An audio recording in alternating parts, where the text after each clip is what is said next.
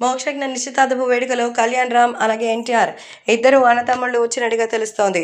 తన చిన్న తమ్ముడు మోక్షజ్ఞ అంటే అందరికీ చాలా ఇష్టం. అందరికంటే చిన్నవాడు కాబట్టి అందరూ కూడా పిల్లా పాపలతో సంతోషంగా ఉండగా అటు సినిమాలు ప్రొడక్షన్స్ చేసుకుంటూ ఉండగా మోక్షజ్ఞ ఏ విషయంలోనూ ముందుకు రావడం లేదు. దీంతో కొడుకు యొక్క ఆవశ్యకత అంటే ఇండస్ట్రీలో రాణించాల్సిన బాధ్యత ఉందని మరి నందమూరి బాలకృష్ణ తన జాతకాన్ని చూపించగా ఖచ్చితంగా తనకి పెళ్లి నిశ్చితార్థం వాటికి సంబంధించిన విషయాల వల్లే శుభకడియలు వస్తాయని చెప్పారట. అందుకే ఇప్పుడు మన మోక్షజ్ఞకి హుటాహుటిన ఒక నిశ్చితార్థం జరిపిస్తున్నారు. కుటుంబ సభ్యురాల్లోనే ఇటువంటి ఒక దగ్గరి బంధువుతోనే మరి ఆ ఎంగేజ్మెంట్ అయితే జరుగుతుందని తెలుస్తోంది. అందుకే ఈ సందర్భంగా ఎన్టీఆర్ అలాగే కళ్యాణ్ రామ్ గెస్ట్లుగా వచ్చారట.